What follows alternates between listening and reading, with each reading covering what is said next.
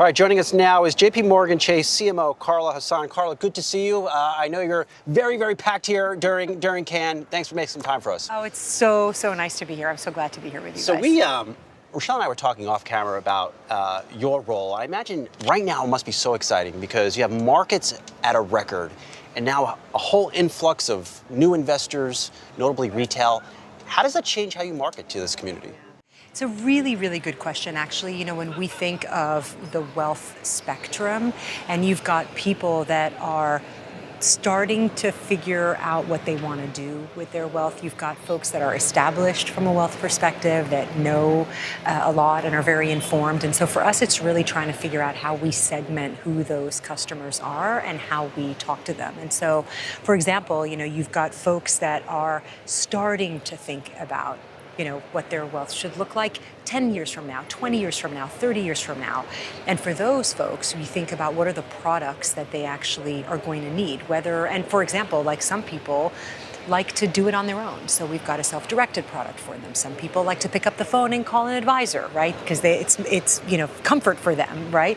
And so we really think about who are the different audiences, who are the different segments, and then how do we talk to them. Then you've got also a more established client that has, potentially, been thinking about their wealth for a very long time, their future for a long time.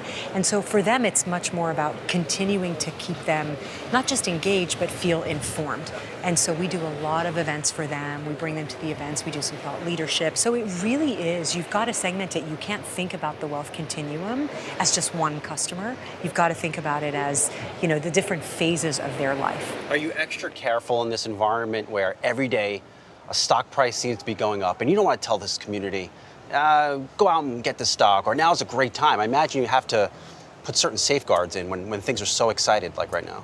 I'll tell you, we're extra careful regardless, whether it's an exciting time or whether it's not an exciting time. The thing that I would tell you is, number one is safety of our brand and safety of our customers and our clients. And so for us, it's really about making sure they are as informed as possible so that they have the tools to be able to make the decisions that they need to make for themselves.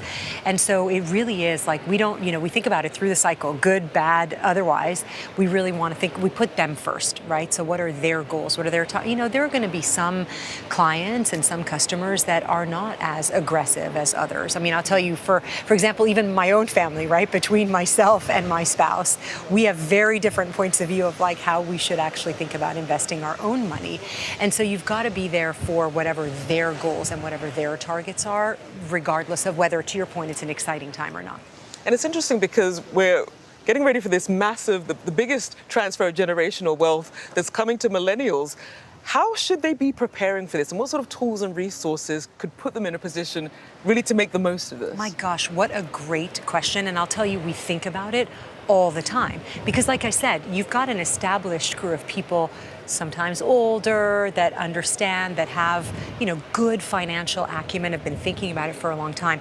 And then you have an entire generation that, frankly, when you think about all the misinformation about financial education that is out there in the marketplace, what we think is what we like to do is make sure that we come in as a trusted brand, right? Helping them, equipping them with thought leadership. So how to think about what's going on, what are the latest trends that are going on in the industry, what are they seeing, what are we seeing in the market, and then informing them so that they can make their own decisions. Because you're right, like today a lot of them are getting their financial education from social media platforms.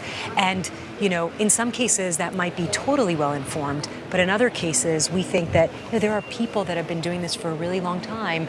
We have a brand that is trusted and we want to give them the tools to help them make the best decisions that they can make for their future. And so it's something we think about quite a bit. And I'll tell you, we are fortunate enough that we have had 200 plus years of doing this, that people trust us. And so we don't take that lightly. We're very, very careful because we understand that, look, thinking about your finances is not easy. Yes. And it's completely uncomfortable. It's also intimidating. I think there are people that, look around you, even in your own circles and my circles, that are, by any definition, wealthy. but actually don't understand how to manage their money. They're scared to have the discussions with their families about it. And so for us, this generation that's coming up, that's coming into new wealth, is very important for us because we want to make sure we're educating them to make the right decisions. And then it's really important for us to give them the right tools. Like I said earlier, you're going to have some people that say, I don't want to talk to a human. I want to do all the research myself, so have the research ready for me to read, which we do, right? And then have the tools for me to be able to transact as I want to. Then there are others that are like, you know what? No, I need to talk to a human. And we just have to make sure, even by the way, at a younger age, you'd be very, very surprised how many people, even the younger generation that is so digitally savvy, still wants to talk to an advisor. Well, how concerned are you, Carla, that this generation is listening to experts on YouTube talk about stocks, or viewing people on Reddit as experts, even though they're not? Where are the experts? At companies like a JPMorgan. Yeah. Look, you're concerned. We're concerned about it. Everyone should be concerned about it. And by the way, it doesn't just sit in financial services. It's across the board, right? How people are consuming information and getting information. And so for us, we think it's a huge opportunity for us as a trusted brand to be able to say, here's years and years and years, right, of getting it right, sometimes getting it wrong, and it's okay when we get it wrong. We say we get it wrong. In fact, sometimes we publish, like, here were our predictions. What did we get right? What did we get wrong? So we can help people understand that. I think the more you do that, the more you show transparency, the more you give people the tools, the more trusted as a brand you are. We just have to be able to be where those consumers are.